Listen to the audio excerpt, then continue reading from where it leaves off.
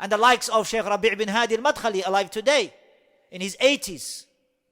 This great man, Hafidhahullah, every day, iftar in his house, in the month of Ramadan. And this has been going on for how many years?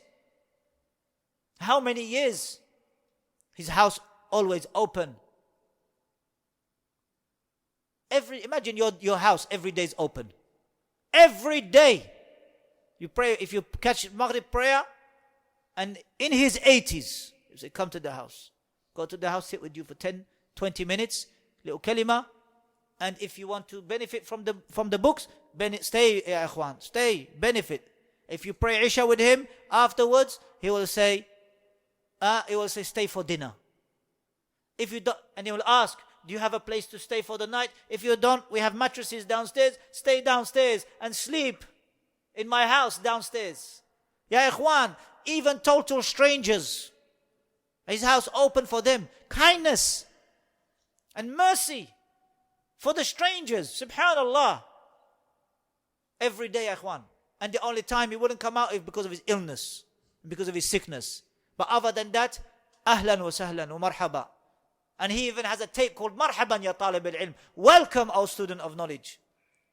Happy to accept the students of knowledge. Happy to ask about different areas around the world. How's the da'wah?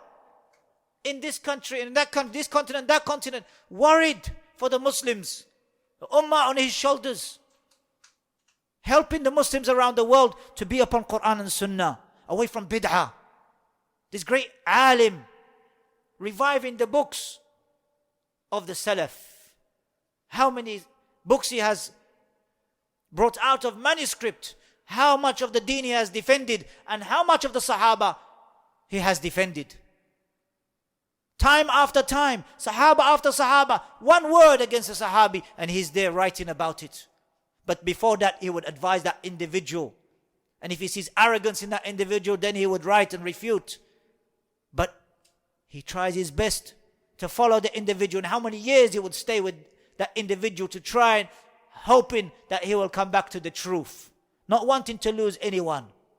Humble. وَعِبَادُ الرَّحْمَنِ الَّذِينَ يَمْشُونَ عَلَى الْأَرْضِ هَوْنًا. These are the ulama who are humble. Humbled by what? By the Quran and the Sunnah. In that which Allah calls to and that which the Messenger ﷺ explained. Humbled. And we see that in the way they conduct themselves.